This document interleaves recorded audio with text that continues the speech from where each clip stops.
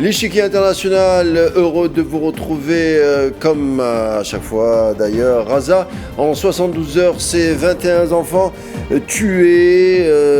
C'est un drame, ce génocide qui surtout cible les enfants. Là, c'est étayé, éprouvé durant ces dernières semaines et d'ailleurs ces derniers 24 mois où se déroule le génocide. D'ailleurs, l'ONU accuse l'entité sioniste d'avoir tué plus de 1000 personnes lors de la distribution de l'aide humanitaire et ce en l'espace de 2 mois. La famine, on le sait maintenant, fait partie de l'arsenal colonial sioniste. On va en parler bien entendu ce soir. Le but est d'annihiler, annihiler les Palestiniens de la bande de Gaza.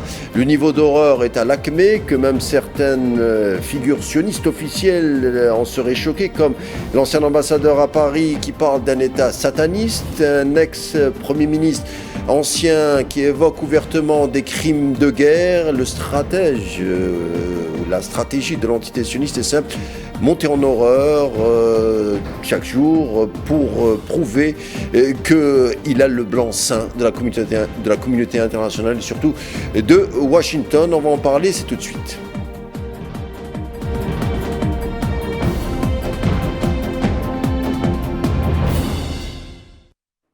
Le monde a failli à Gaza, le monde a failli à protéger les enfants de Gaza, le monde a failli à arrêter les bombes, le monde a failli à stopper la colonisation, le monde a failli à parler du discours de vérité concernant Gaza. Est-ce une simple négligence ou plutôt une complicité? L'histoire tranchera certainement. Mais en attendant, on va voir ce qui passe par la tête de notre invité ce soir. Il est palestinien, journaliste et cinéaste. Il s'agit de Ahmed Frassini. Bonsoir. Oui, bonsoir. Merci d'avoir accepté notre invitation. Avec plaisir. Alors, première question, qu'est-ce que l'histoire dira selon vous de ce qui se déroule à Gaza depuis bientôt plus de 24 mois? Voilà, alors ce qu'on voit ici, c'est une catastrophe, c'est des massacres, c'est continu, pire en pire tous les jours, et on voit le monde, il est là, il regarde, et parfois il donne même plus de temps, comme c'était les dernières actions politiques de Kaja Kallas et von der Leyen, en disant on laisse tous les papiers sur la table pour 12 semaines et on va regarder ou rééduquer la situation dans 12 semaines en oubliant de ce qui s'est passé pendant 21 mois. Et de nouveau, il donne encore 12 semaines et 12 semaines pour voir la situation, comme si on juge les crimes de guerre par rapport de ce qui ça va passer et de ne pas est déjà passé pendant 77 ans et surtout les derniers 12 ans. Et là, quand on donne ce temps à de nouveau aux Israéliens avec une comme phrase, comme il l'a répété Kaja Kallas, on n'est pas là pour punir Israël. Comment tu veux faire la pression sur le criminel en disant que je suis pas là pour te punir? Mais alors on est là pour faire quoi? Quel type de pression qu'on va faire contre cet État et pour arrêter ces massacres? Surtout que le monde a essayé tous les moyens politique, diplomatique, humanitaire, crier, pleurer, manifester. Et maintenant, il reste que des étapes, des actions vraiment hyper sérieuses pour arrêter ces crimes de guerre. Alors, il y a d'autres pressions qui s'orchestrent, mais c'est dans l'autre sens. Si j'évoque avec vous le nom d'une femme, elle est italienne, Francesca Albanese, rapporteure spéciale de l'ONU, elle a décidé, elle, de dénoncer avec beaucoup de ténacité le génocide à Gaza. Pour cette raison, l'administration Trump veut la sanctionner et la faire taire. Votre sentiment? Mais le sentiment, c'est le sentiment peut-être de chaque Palestinien, de l'injustice. L'injustice, et c'est ce mot qui attaque pas seulement les Palestiniens. En fait, de ce qui se passe à Gaza aujourd'hui, ça montre l'injustice dans le monde entier. Ça montre que on doit reposer les questions par rapport de toutes les organisations internationales et toutes les lois internationales même. De ce qu'est-ce qu'ils font ces organisations quand par exemple qu'est-ce qu'ils vont les Européens ils vont faire les Européens quand il y a des soldats israéliens psychopathes qui ont déjà commis des crimes de guerre à Gaza et qui arrivent ici à Paris, à Bruxelles et à Berlin et qui vont commettre des crimes aussi contre les Européens. On laisse ces gens-là et c'est pour ça les Européens ils ne respectent pas même leurs devoirs devant le droit international. L'injustice ce qu'elle fait Francesca Albanese, c'est elle dit la vérité, elle n'invente rien, mais en même temps on sent qu'elle est attaquée pour ça. Et les Palestiniens, c'est le prix qu'ils payent aujourd'hui, c'est aussi pour les mêmes raisons, pour la justice aussi. C'est qu'ils payent UNRWA, par exemple, qu'est-ce qu'ils payent le Human Rights Watch, qu'est-ce qu'ils payent l'Amnesty, tous ces organisations, l'attaque contre l'UNESCO. Tout ça, ça montre qu'il y a une bande de bandits, de terroristes qui est en train de terroriser le monde en fait. Et le plus important aujourd'hui, c'est de montrer que ces dangers, ça touche pas que les Palestiniens et les enfants palestiniens qui sont en train de mourir de faim, mais aussi il touche tout le monde sur cette terre. Alors Ahmed Frazini, vous êtes en Belgique et la rue belge se mobilise en ce qui concerne le génocide à Gaza. À Bruxelles, d'ailleurs, un comité de professeurs d'université, de juristes, d'avocats a décidé d'agir au nom des victimes palestiniennes. La Belgique, comme l'ensemble des pays du monde, sont liés par le droit international, c'est-à-dire face à un génocide ou un risque de génocide. La règle, c'est d'agir, c'est-à-dire, par exemple, on propose, je parle toujours du comité belge, de cesser toute collaboration avec l'entité sioniste, suspendre l'accord d'association, fermeture de l'espace aérien et maritime, et bien sûr le fameux boycott des produits en provenance de la colonisation, en tout cas des terres qui sont colonisées. Un ensemble de mesures qu'en tout cas l'Union européenne n'a pas encore entrepris. Pourquoi selon vous ? Mais comme vous voyez, si on laisse par exemple le ministre des Affaires étrangères israélien venir ici en Europe et faire ses voyages partout dans ces pays membres pour le lobbying contre n'importe quelle décision européenne, alors quand il y a des pays toujours comme par exemple la Hongrie ou la Slovaquie ou les autres République tchèque, ou même l'Allemagne qui ils sont toujours là pour être contre une décision juste et pas, ici la question c'est pas seulement avec les Palestiniens mais c'est ou contre les Israéliens. Ici il y a des devoirs à respecter au niveau international, au niveau de statut de Rome, au niveau c'est des obligations en fait même à respecter. Les Européens aujourd'hui ne respectent pas, même au contraire, il y a des procédures partout en Europe.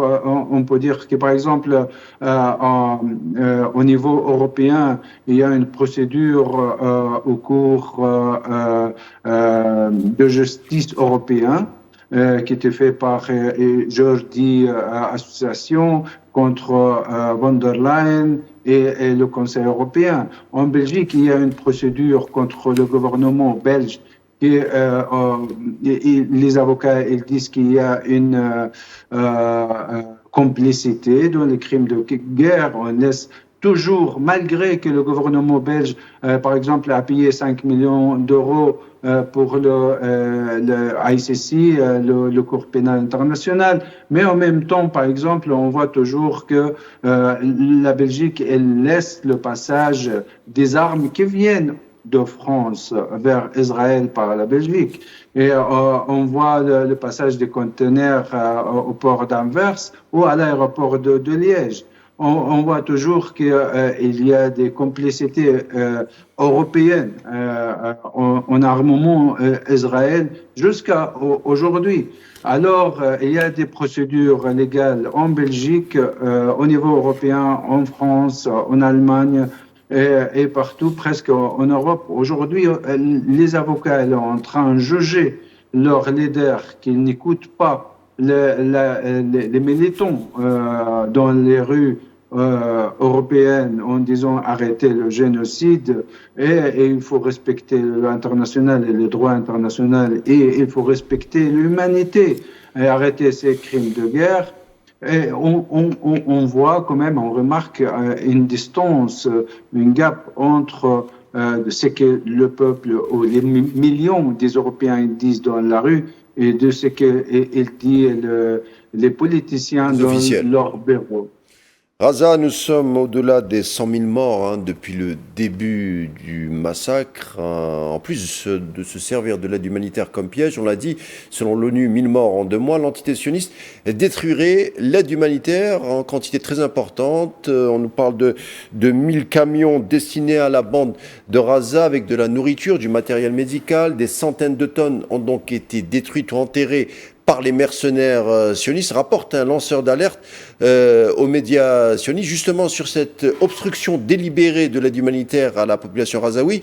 On écoute cette fois un médecin britannique qui était sur place et on revient juste après. You were saying to us that your colleagues that have tried to help, who've tried to take baby formula in, for example, have been prevented from doing so. Yes, absolutely. I mean, I spent quite a bit of time on the paediatric intensive care unit because I have patients there. Appalling malnutrition and a lot of doctors I know who have taken in formula feed because they knew there was such a shortage. None has been allowed in by the Israelis since the last ceasefire. So you go through a checkpoint, you get searched as a doctor, and if you've got any baby formula in your pockets or in your bag, they will confiscate it from you? Very specifically confiscating that. Nothing else. They confiscated every single carton of formula feed that these doctors were taking. Can you think of any reason other than that they just don't want you to give it to the babies? We're very cautious in what we take in because we know much will be confiscated, and certainly they always say anything that could be remotely used as a weapon, such as surgical instruments, we can't take in. But I cannot think of any reason why they would confiscate formula. Voilà, témoignage glaçant de Nick Maynard, un chirurgien britannique qui était sur place, c'est-à-dire au point de distribution de l'aide humanitaire. Ce qui nous est dit est simple, Ahmed Frassini. Aucun lait maternisé n'est autorisé à entrer. Chaque carton est confisqué. On l'a observé depuis pas mal de mois. C'est une guerre contre les enfants. Donc c'est une guerre, si on veut faire un peu de métaphore, de symbolique, c'est une guerre contre le futur. Regardez, c'est le problème qui, par exemple, moi-même, j'étais à la ministère des Affaires étrangères belge ici, j'ai discuté avec les spécialistes de haut niveau à la ministère et j'ai posé la question, est-ce que c'est le plus important, c'est d'envoyer l'aide humanitaire et de ne pas suivre où ils vont ces produits, ces médicaments, c'est à manger. Vous ne pouvez pas faire assez de pression sur les Israéliens pour les faire entrer. En fait, de l'aide qu'il a depuis 12 ans, ou 1 an et demi, ou 1 an, bien sûr que ce sera détruit aujourd'hui parce que c'est déjà permis, les médicaments, c'est plus valable, la viande et tout, c'est déjà permis. Et c'est logique qu'on va perdre des milliers de tonnes ou des centaines de tonnes de ces produits aide humanitaire. Et en même temps qu'à quelques mètres de là, il y a des enfants qui ont besoin de manger ou de boire un goutte d'eau. C'est ça l'injustice en fait. Les politiciens ils jouent un jeu très sale, surtout ici en Europe. C'est comme l'Europe elle était toujours connue et ils ne peuvent pas interdire un crime de guerre, mais ils sont là pour envoyer des tentes, par exemple, ou des médicaments.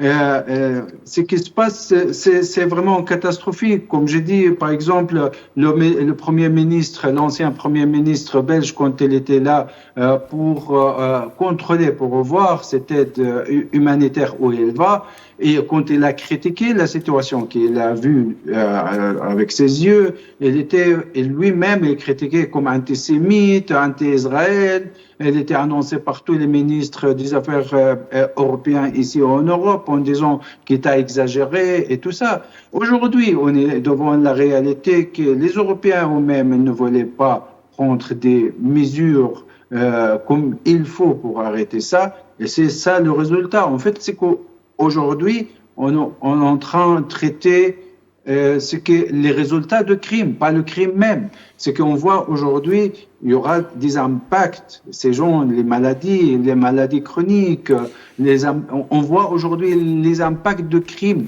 qu'on a devait déjà arrêter depuis des mois et des mois, même depuis des années. C'est ces lettres qu'on a envoyées au ministre européen depuis des années. C'est les discours, c'est les déclarations qu'on a envoyées, les études qu'on a envoyées aux Européens en disant qu'il faut éviter le problème. Il faut arrêter Israël, ce qu'il fait depuis des années. Il faut arrêter les colons, les constructions des colons. Il faut arrêter d'importer les produits de colonie. Et aujourd'hui, on est en train de parler de solutions de deux États, pendant que là, quand on a commencé à demander aux Européens d'arrêter les colonies, il y avait peut-être quelques milliers. Aujourd'hui, on parle d'1 million de colons en Cisjordanie. Et les Européens eux-mêmes, aujourd'hui, qui ont investi dans les colonies en Cisjordanie, aujourd'hui, ils parlent d'une solution de deux États. De quels deux États vous parlez aujourd'hui et comment ce sera réalisé sur terre, là-bas, sur place? Alors Ahmed Frassini, on vous avait reçu l'an dernier pour évoquer une histoire sinistre, à savoir le trafic d'organes prélevés sur des morts palestiniens destinés à un réseau international. Vous avez été courageux pour évoquer ce type d'affaires. Beaucoup de sionistes seraient à la tête de ce réseau. Vous avez bien entendu, vous et beaucoup d'autres, encore une fois, le courage de dénoncer ce type d'affaires. Avez-vous récolté depuis d'autres témoignages, recueilli d'autres faits ou données inhérents à cette affaire? Oui, c'est vrai. Par exemple, l'autre jour, depuis 12 semaines, on était à La Haye devant le Cour pénal international. Et moi et mon association, le Club des Palestiniens en Belgique, a signé le mandat aux avocats pour parler de ce sujet devant le Cour pénal international. Est-ce qu'il est encore cours? Est-ce qu'on prélève à l'heure actuelle encore des organes sur des morts palestiniens? Est-ce que vous avez des choses à nous dire? Même plus, par exemple, même aujourd'hui, cette nuit, ils ont blessé un Palestinien, ils l'ont pris et après quelques heures, il était annoncé qu'il était tué, mais son corps, il était kidnappé. Alors, aujourd'hui, on parle des centaines et des centaines, même des nombres inconnus par les Palestiniens, mais on parle minimum de 670 corps kidnappés. Les Israéliens, ils sont, jetés à Gaza par des camions, quelques 80 corps palestiniens, mais sans aucun respect, pas loi internationale, pas respect à l'être humain, parce que ces corps, ils étaient ensemble, sans des noms, sans aucune information, simplement comme ça dans un camion, 80 corps jetés et c'est tout. Jusqu'à aujourd'hui, les Israéliens, ils kidnappent les corps et même si avant, par exemple, ils ont donné aux familles quelques corps par an, mais aujourd'hui, ils donnent rien. Et les familles palestiniennes, ils souffrent toujours en attendant de corps de leurs enfants, par exemple. Mais le problème aujourd'hui, on parle des otages morts palestiniens chez les Israéliens par un crime légalisé et pas criminalisé par le monde jusqu'à aujourd'hui. Vous voyez, alors par la loi israélienne, c'est déjà légalisé qu'ils peuvent kidnapper un corps palestinien pour faire la pression sur les négociateurs palestiniens. Et c'est ça ce qui était écrit par la loi chez eux, à leur parlement. C'est discuté comme ça, vous voyez. Et jusqu'à aujourd'hui, ils continuent de le faire. Et jusqu'à aujourd'hui, on a des centaines de Palestiniens disparus. Même, je parle des corps des Palestiniens qui étaient le 7 octobre, qui sont dépassés les frontières vers par exemple, même pour aller au 48, le 7 octobre, même s'ils étaient comme vous voulez, comme ils veulent les Israéliens, terroristes, pas terroristes, mais c'est des gens qui étaient tués par les Israéliens et leur corps était disparu. On parle des centaines, de 700, de 800 Palestiniens que leur corps il était disparu à ces jours-là. Et on ne sait rien jusqu'à aujourd'hui. Et même les Palestiniens, ils n'osent pas demander sont où ces corps. C'est une catastrophe, c'est une question, un crime qui est très bizarre et qu'il faut le traiter. On a commencé de le traiter au Cour pénal international.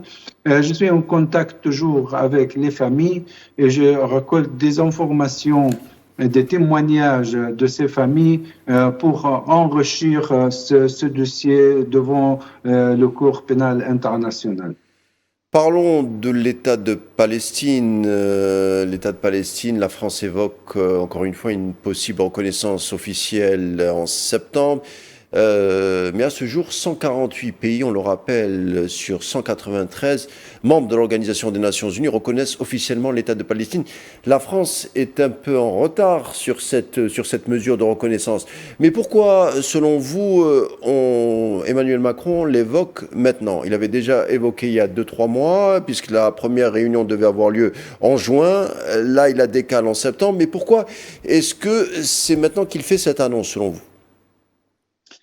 Mais d'abord, oui, les Palestiniens ils demandent en France de cette reconnaissance depuis des années, depuis des dizaines d'années, même depuis qu'il était Arafat là et Mitterrand, et on se souvient de ça. Mais bon, la France, elle a vu que toujours que c'est pas le temps, c'est pas le temps. Et aujourd'hui, je ne sais pas ce qui se passe avec Macron, qu'il annonce à ce stade-là et avec cette manière.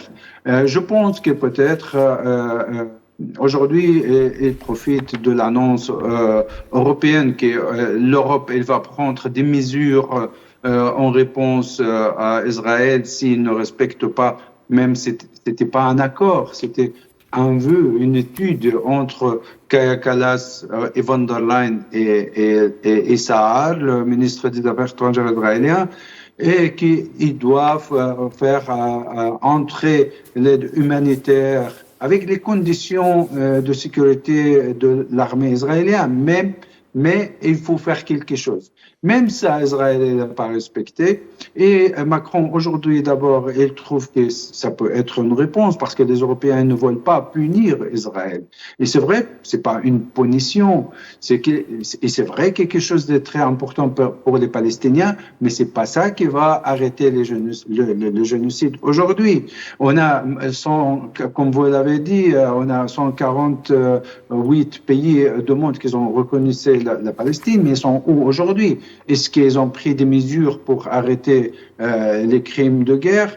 Ou ils ont pris des décisions, par exemple, pour faire des boycotts d'Israël ou d'envoyer les ambassadeurs israéliens à Tel Aviv? Non, on n'a pas vu ça. Alors, c'est pas ça qui va arrêter le génocide. C'est quelque chose de positif, oui, d'accord. Mais c'est pas là. Et Macron, il voit par cette reconnaissance, il fait de pression sur Israël et il voit que cette reconnaissance doit conduire vers une solution, comme lui il a dit une solution de 2 États. La Palestine indépendante à côté et reconnaître Israël tout à fait, reconnaître l'État d'Israël qui peut participer à la sécurité à tout le Proche-Orient. C'est une fausse pression. C'est une fausse pression selon vous. Mais oui, mais c'est quelque chose de sérieux aussi. Ces conditions de Macron, c'est quelque chose de dangereux avec lesquelles pas tous les Palestiniens sont contents. Et ils félicitent pas Macron pour ce discours non plus. Quand on dit qu'on doit reconnaître l'État d'Israël complètement et donner l'accès à Israël de participer dans la sécurité totale du Moyen-Orient et d'entrer et de signer les accords abrahamiques les Palestiniens, ils vont payer cher pour ces accords. Vous voyez, et c'est pour ça, en fait, le 7 octobre, il était fait. quand les Palestiniens à Gaza ont vu qu'il y a des accords entre Israël et les autres pays arabes et le pétrole et les canaux qui vont passer par la Palestine sans l'autorisation des Palestiniens, et les Palestiniens ils vont rester dehors de ces jeux, sans l'indépendance, et c'est là, c'était le 7 octobre. Alors, ce qu'il revient avec aujourd'hui Macron, c'est l'horizon en fait d'origine de 7 octobre. Il n'est pas revenu avec quelque chose de nouveau, et c'est pas magique. C'est qu'il dit aujourd'hui, bon, tu veux reconnaître l'État de Palestine, merci, mais vu qu'il voit Macron la solution de 2 États, quel État palestinien? Quand il parle de l'État palestinien indépendant, alors indépendant de qui? Est-ce que Macron il voit que c'est l'État qui sera indépendant d'1 million de colons qui se trouvent aujourd'hui dans Cisjordanie? Mais c'est ça la question. Alors, il n'a rien donné de détails. Peut-être il se base sur l'accord entre Olmert et Al-Qudwa, mais c'est pas assez, c'est pas suffisant. On en reparlera lors de nos prochaines éditions. Ahmed Frassini, journaliste et cinéaste palestinien, merci d'avoir été des nôtres à partir de Bruxelles. Je vous dis à bientôt et surtout bon courage. Bientôt. L'échiquier international du jour se conclut donc. Bonne soirée, on vous dit à demain.